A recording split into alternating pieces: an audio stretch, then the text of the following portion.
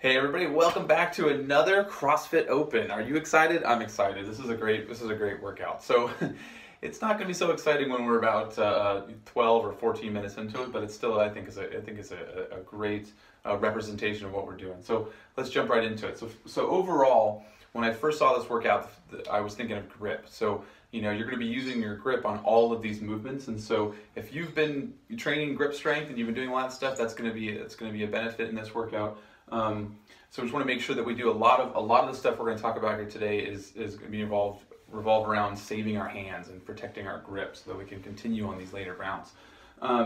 So one thing I do want to point out is you do not want to rip on this workout. If you want to do everything you can to not rip, so make sure those calluses are shaved. Make sure you're using the strategies to protect your hands, like smaller sets and things like that, because we don't want to rip, obviously, during the workout.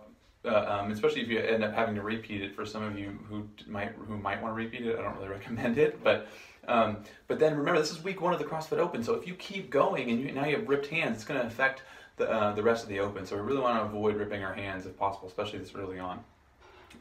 Now with any of the longer workouts, especially 20-minute ones, pacing is going to be the key, right? So I'll have a spreadsheet up attached to this article. But I did take some basic notes here. We'll come back to that a little bit later. I know it's kind of hard to see on the video anyway. So let's talk about toes to bar.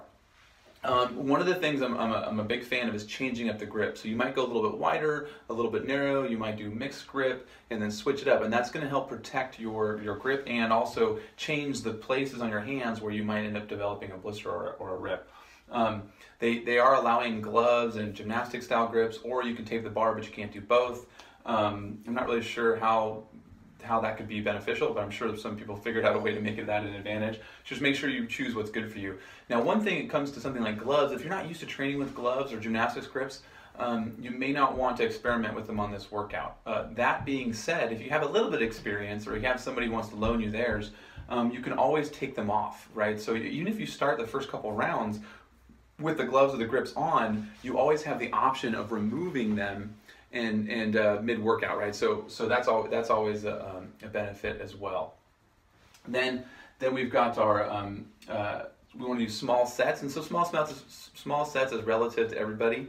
So just make sure that you know that what that means is if you're somebody who can do tons of toes to bar, maybe you don't break them up until deep into the workout. Other people might break them up a lot. Some people might do really well with singles on this, and so one of the things that's great about singles is you can let go and come off the bar whenever you finish your set, and that's one less yank of the grip. And so by doing a single or doing small sets and then not letting your feet swing back then dropping, but touching the bar, completing the rep, and then dismounting can save your grip on a workout like this, and so that'll pay off in later rounds.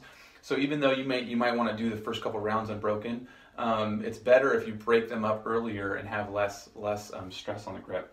I'm a big fan of the high knee and then the kick style, not the straight leg style. That tends to be a little bit less energy usage than doing the straight ones. But if you're comfortable doing the straight ones, then you can keep doing that. Now, this is another one that a lot of people miss out on, is pointing your toes. And so what most people don't realize, and you can test this yourself, if you dorsiflex your foot and then do a leg swing, you're going to feel that calf and that hamstring wind up.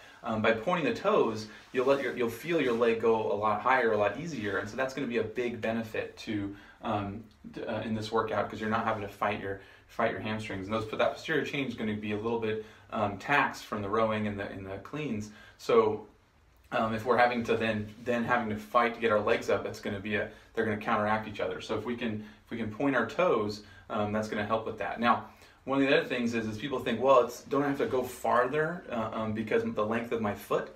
Well, actually, like I said, it makes it easier to get it up there, and then you're less likely to miss the bar, because you can hit the bar with both feet. You can hit any part of your shoe, so the top of your shoe or the laces is what you can use to hit the bar and the toes to bar. So that's going to be a lot easier to make contact. If you try to hit with the tippy toes, there's a good chance you could miss.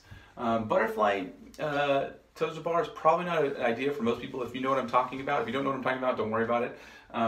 But linking butterfly toes to bar tends to be a lot more grip centric, and so unless you're really comfortable with it and you have a good strong grip, I wouldn't recommend butterflies, but your mileage may vary. Let's talk about the dumbbell hang clean and jerk. So this is a movement that most people haven't done before, especially with one arm. In Thrivestry, we do them pretty regularly as far as we do a lot of two-hand clean and jerks, and then we'll do a lot of single arm hang snatches and things with the dumbbells. So it shouldn't be too foreign. Now, couple things you don't want to miss is you have to stand up with the dumbbell full deadlift before going into your first rep. And so in the moment, especially when you're super excited, there's a chance that you might try to rip it and go right into the first rep, especially maybe on the last round when you're tired. And judges should be watching out for that. So make sure you have to stand before doing the first rep with the dumbbell. The other thing is on the standards, it says the dumbbell has to touch the shoulder. So basically what they're saying is they don't want to see kind of a muscle snatch partial snatch, clean, press out thing. So they really want to see that dumbbell come up. So you need to make contact with the dumbbell on the shoulder. Now some people may try to rack it like this so they can then push press it. That kind of depends on your shoulder mobility. I don't feel like it's that heavy of a weight, but and it's not that taxing the shoulder. It's 5 per side. So even if you got like 10 rounds, that's 50 reps. It's not that many per shoulder. But some people may try, you might want to experiment with getting that all the way up to here and then jerking it up if you have a hard time with that pressing movement. Now here's another tip. Definitely start with your non-dominant hand. So if you are right-handed, that means you would start with your left, because after you've done a few reps, you're going to be a little bit more fatigued, and then you'll be able to finish with your strong side, which will pay off as you fatigue in the later rounds. So always try to start with your left. They didn't say which one you had to start with, so if you can pick, start with your weaker side. Now here's another interesting tip, is if you have the dumbbells that have the where they're usually the hex rubber dumbbells, or any dumbbell that has a shaped handle. It's not just a straight bar. The straight bar ones, if they're small enough, you want to use the hook grip. But on these ones, a lot of people, it's too fat for their hands. But if you choke up on it and you grab the narrower part of the dumbbell, where it necks down a little bit, you might be able to get that hook grip in. And again, this is something that may only work for the first few rounds, but it will save your grip for later. So I'm always hammering people, use your hook grip even on dumbbells, especially when we're doing things like snatches and hang cleans. So make sure, so this is the time it's going to pay off, right? So make sure that you try to use that hook grip. Even like I said, even if it's just when you're fresh, it will pay off in later rounds. And then the technique for this, for most people, is going to be to catch that in a partial at the top of your power clean, and then transition that right into a push press or a push jerk. If it's heavier, you're really fatigued, you're probably going to want to get it up and then reset your feet and then do it. That's fine, but it's not going to be as fast, and you actually use more energy because you're having to stand and then re-dip. If you can overlap that movement to go from a hang clean into a jerk, that's actually going to be a better technique later on. I did see Sam Briggs doing some jerks in this one, so if she can do jerks in this one, I think you guys can too. If you're really strong in the shoulders and you want to push press it, like I said, there's not a ton of presses here, so you can definitely do that. It's gonna help you move a little bit faster. But I think most people are gonna want to do a push jerks to get into that. Now they allow split jerks, but you have to make sure your feet come together. And I mentioned this a little bit. We're going to go, I think most people are going to benefit from going between the legs. Having it off to the side is going to create a lot of side loading. And after all those toes to bar, we might see some people getting blown up through their trunk. So I think by having it go between the legs, that's going to allow you to stay really upright. So it's almost like a single arm kettlebell swing. In that the arm isn't across the body. We want to keep the shoulder packed, and then we're going to do a dip, but we don't want to see a real aggressive lean, and we don't want to see that that dumbbell come way out in front, swinging and curling. We really want to avoid using our bicep on this movement, which is hard to do because it's going to feel like a curl.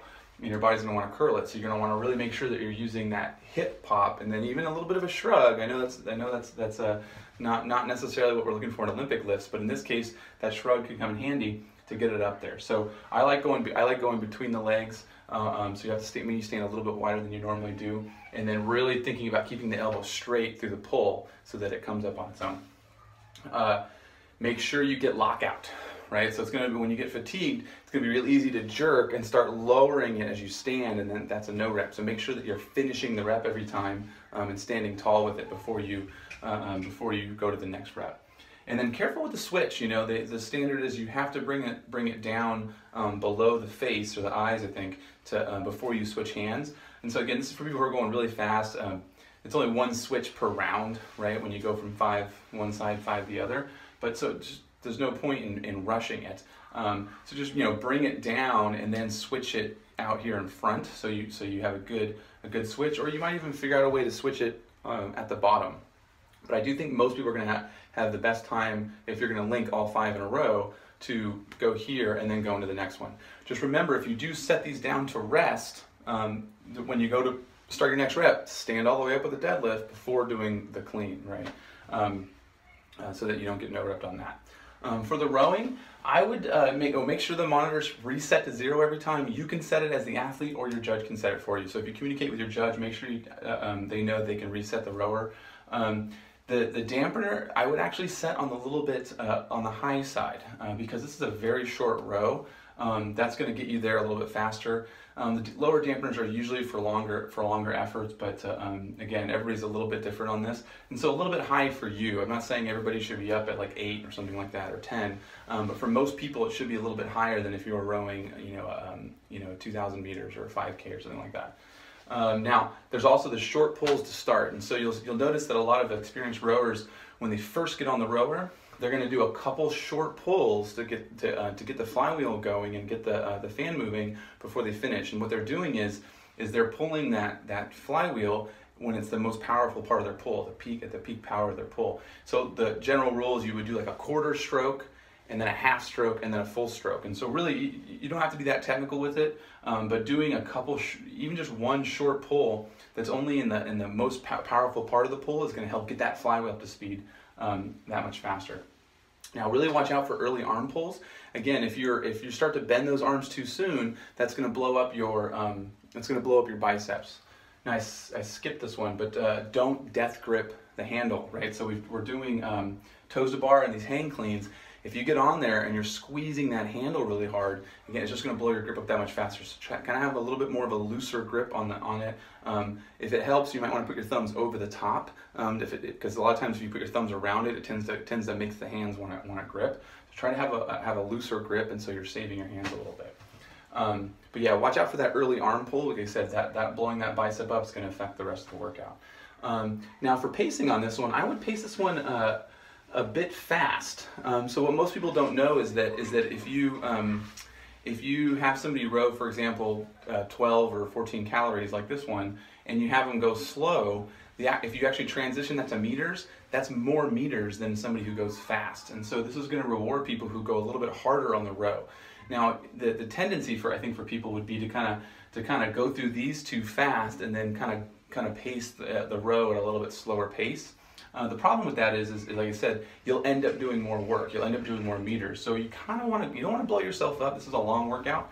You don't want to crush yourself, but it should be on a little bit on the fast side. And then you can rest in the middle of the toes to bar when you're doing small sets, or again, you can even rest during the dumbbell hang clean and jerks. But if you get on the rower and just kind of cruise, you're going to end up doing more work than if you went a little bit faster, if that makes sense. So the goal though is to be able to go right to the toes to bar. So when you finish the row, there shouldn't be a lot of chalking or anything else because of the number of rounds that a lot of people are going to get. There's a lot of transition time. So make sure you hustle over and get that first toes to bar in, or get a set in before you get chalk. Before you get anything, get a set in. Then take a moment, get chalk, finish your set, and then go right to the next movement. Toes to bar are one of those movements that you don't pay a large time penalty for breaking it up. So it's good to just take if you're going to take a break, rest in the middle of the toes to bar, and then try to go through everything else. For the transitions, obviously the closer the stuff's going to be, the better, right? So you want to set it up in an easy line. Strapping in and out of the rower is going to be tricky as well. I think most people are going to benefit from keeping the straps pretty loose, so they can just slip their feet in and out, and they don't even tighten the straps every time. Just be aware that there's going to be a little bit of slack there when you finish your pull, so just make sure you're not going to pull your feet out. But by having the stirrups a little bit loose, what you can do is you can set the heels a little higher, and then have the straps looser, and then so that the strap is a little bit closer to your ankle. And then, like I said, you should still feel like you're in there firmly, but you won't have to keep messing with the straps every time. If you keep messing with the straps, that's going to add up. So from a pacing standpoint, if you want to get 5 rounds, you got to do a round every 4 minutes, right? If you want to get 4 rounds, you got to do a round every 5 minutes. So that's pretty straightforward. But 6 rounds, you want to be about 320 per round. 7 is 251. You can look down here at 10 minutes. You want to be 10 rounds. You want to be 2 minutes per round. That's a blistering pace. I think Sam Briggs was 10 rounds at about 16:07, and Holty was 10 rounds at about 17:21. So they both went more than that, more than 10 rounds. So that's where they were at 10 rounds. So just keep that in mind. And one of the reasons why, like, a lot of my charts, I'll go into some kind of insane things, because first of all, sometimes people really do crush these workouts, and it seems physically impossible, but they do. But it's also to demonstrate kind of the pacing that some people don't realize. If you come out and you're doing your first rounds in, you know, a minute and a half or a minute 20, you're going too fast. Unless you plan on getting 15 rounds, which again could be #1 in the world, you're probably going too fast. And so that's the pacing is there to help keep you realistic on your rounds in the beginning, so that you don't end up getting punished later on. So, you know, coming out a little fast on the first round's okay. Again, maybe doing the whole thing unbroken, but then you want to settle into that pace and then try to maintain your pace through the rest of the workout, so that you can perform toward the end and even speed up a little bit toward the end. The thing about pacing is if you come out too hot, that's when you can really crash and burn. If you pace a little bit slow, you can always speed up a little bit as you see the light at the end of the tunnel, right? So that's it for 18.1. I hope you guys liked the video and the article that I'm going to attach to this, and I'll see you next week.